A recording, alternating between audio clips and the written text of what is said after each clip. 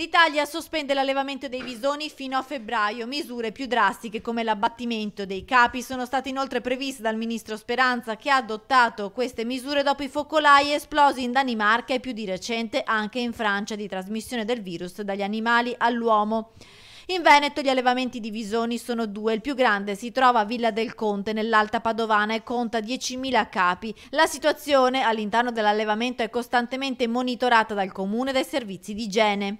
Attualmente l'attività è stata svolta in maniera regolare, preciso che trattasi di specie autoctone, quindi di specie nate e cresciute all'interno dell'allevamento. Non abbiamo importazioni di animali. Attualmente sono tranquilla, ma parlo fino ad oggi naturalmente, perché i tamponi verificati sugli esseri umani e le verifiche e i controlli clinici sugli animali hanno sempre dato un esito assolutamente di negatività. I dipendenti dell'azienda agricola che sono a stretto contatto con gli animali sono 4 e lavorano bardati con tute anticontagio. I tamponi e i test vengono svolti costantemente e il sindaco rassicura i suoi concittadini. In caso di contagio seguirà alla lettera le disposizioni previste dall'ordinanza del ministro della Salute Speranza.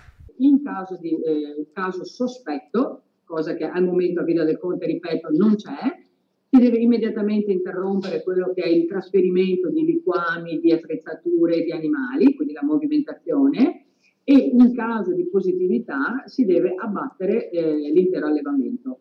Chiaramente in questo momento noi stiamo monitorando tutto affinché si possano evitare queste due conseguenze, perché al momento non c'è questa esigenza.